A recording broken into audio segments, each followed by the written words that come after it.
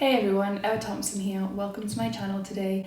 In this video, I'm going to talk to you about relationship anxiety versus gut feeling. So basically versus your intuition. I've made a video on this topic, but it was more specific towards relationship OCD and retroactive jealousy. Today I want to talk about relationship anxiety in general. So whether it's trust issues you have or fears around cheating or thoughts about leaving them, or fears regarding whether or not the relationship's going to work out, I want to help you be able to differentiate between what is my gut feeling and what is anxiety, insecurity, past trauma, fears, etc. So getting straight to the point, there are 3 things that you can be aware of that can help you differentiate between your gut feeling and anxiety. The number 1 thing is that your gut feeling, your intuition, is subtle. When you intuitively feel something, it's not going to result in you having sweaty palms, palpitations, your stomach's in a knot, your shoulders feel tight, your head is rushing. That's not your gut, that is anxiety. Your intuition, your gut feeling is subtle. It is calm. It does not send you into this physical spiral. So that's the first thing to be aware of. Secondly, intuition is very much based in the present moment. Sentences and thoughts that are based on your intuition do not start with what if. They don't have to do with the past and they don't have to do with the future. They are very much present based, okay? So what if they do this, or what if that happened in the past, or what if this happened in the future, what if it doesn't work out, or what if it starts with what if, it's anxiety. It is not intuition. And the third thing to be aware of is that anxiety very much causes you to not be able to concentrate on anything else. So it can cause you to have a very narrow focus. There's nothing else that you can think about. There's nothing else that you are able to concentrate on. You get, like we said before, palpitations, sweaty palms, your body goes into fight or flight, and you just can't get out of that spiral. Really, that's how it feels. With your intuition, that's not what happens. It's calm, it's subtle, it's based on the present, it's not based on the past or on the future. It doesn't physically feel very intense. It's not that you can't focus on anything else.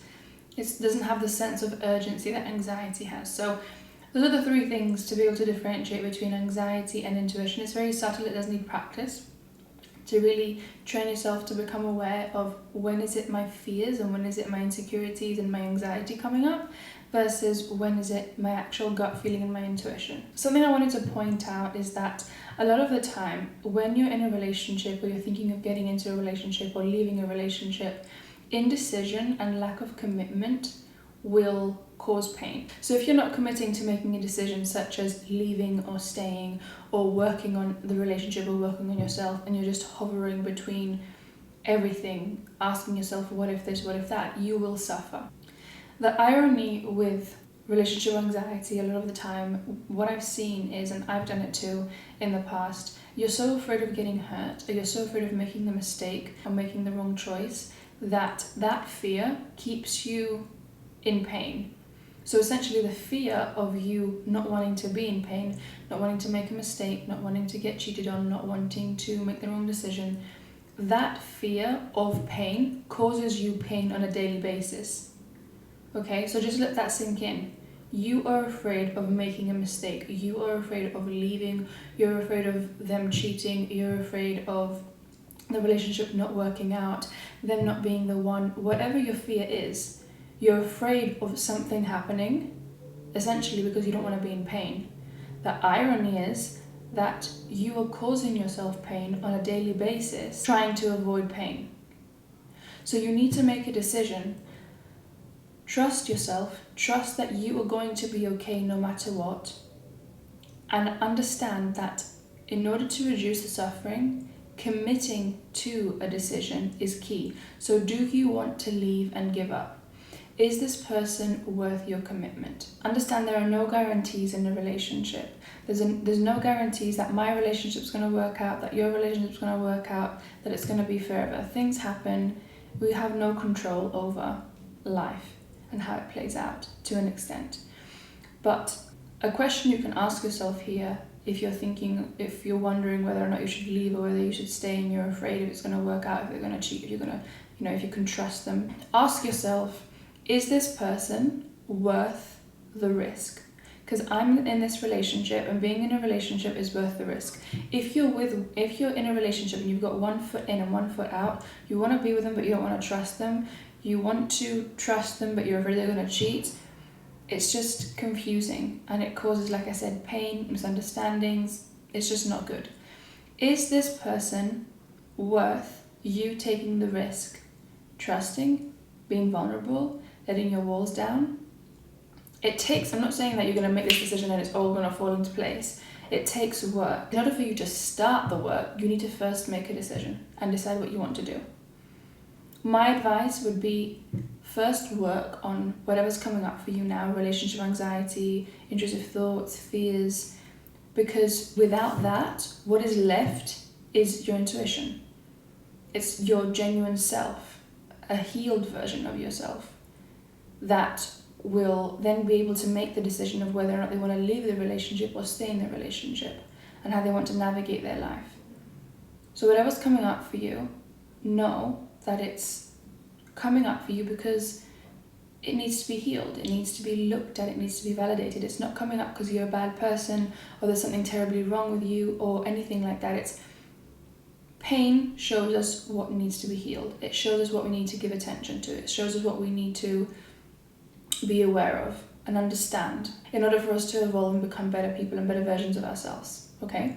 So, like I said before, making a decision of whether or not you want to stay or whether or not you want to go. A question to ask yourself here is understanding that there's no guarantees in your relationship or in your life, and you have to take a risk if you want to be in a relationship. Is the person that you're with now worth you taking those risks? Okay, if the answer is yes and you want to stay, then commit to staying. This means not entertaining intrusive thoughts that come in that doubt the relationship. You can recognize them, you can see them, but don't engage and take them seriously and be so afraid of them. Okay, of course it takes practice. I would recommend, because one of the rules of the mind is that the mind likes what's familiar and avoids what is unfamiliar. So if you make the commitment to stay in the relationship and you keep getting intrusive thoughts and doubts, you need to make the commitment to yourself and to your relationship to not take these thoughts seriously, to not engage in them, to not act out compulsions for 21 days. I recommend having a calendar, and each day you don't act out a compulsion, or you don't take the thoughts seriously, or you are able to, I don't want to say distract yourself because that doesn't sound very healthy, but you're able to move your attention to maybe a healthier habit or hobby, journal, meditate, whatever you need to do when you get triggered. Do that for 21 days, and each day tick off the day that you haven't done the compulsion or you haven't acted out the compulsion, because it will give you a sense of accomplishment if you get to 5 days and you have ticked 5 boxes, and say day number 6 is very hard for you. It's going to be easier for you to not act out the compulsion if it's a very hard day, because you want to continue that streak of 21 to get to 21 days. So to sum up this video, remember, anxiety versus intuition, or anxiety versus your gut feeling.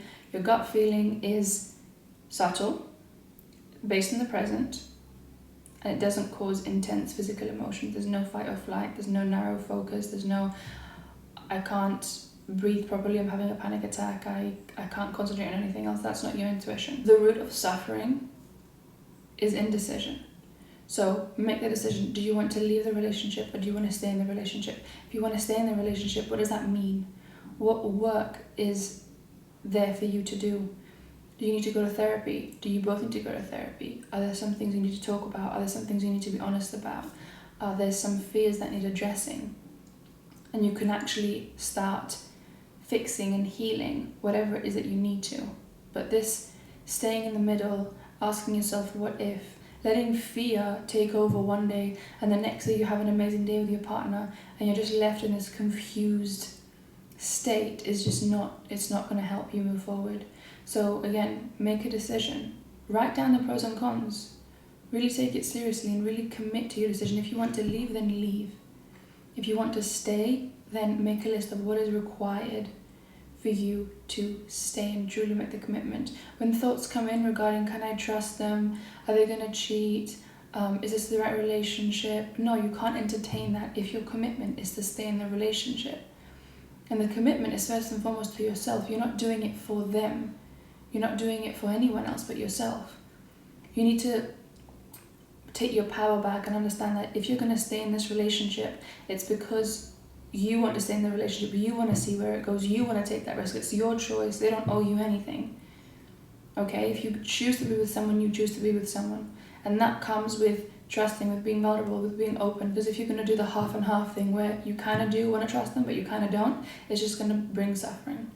So I hope this video helped you. Let me know if you've got any questions in the comments, and I will see you soon. Take care.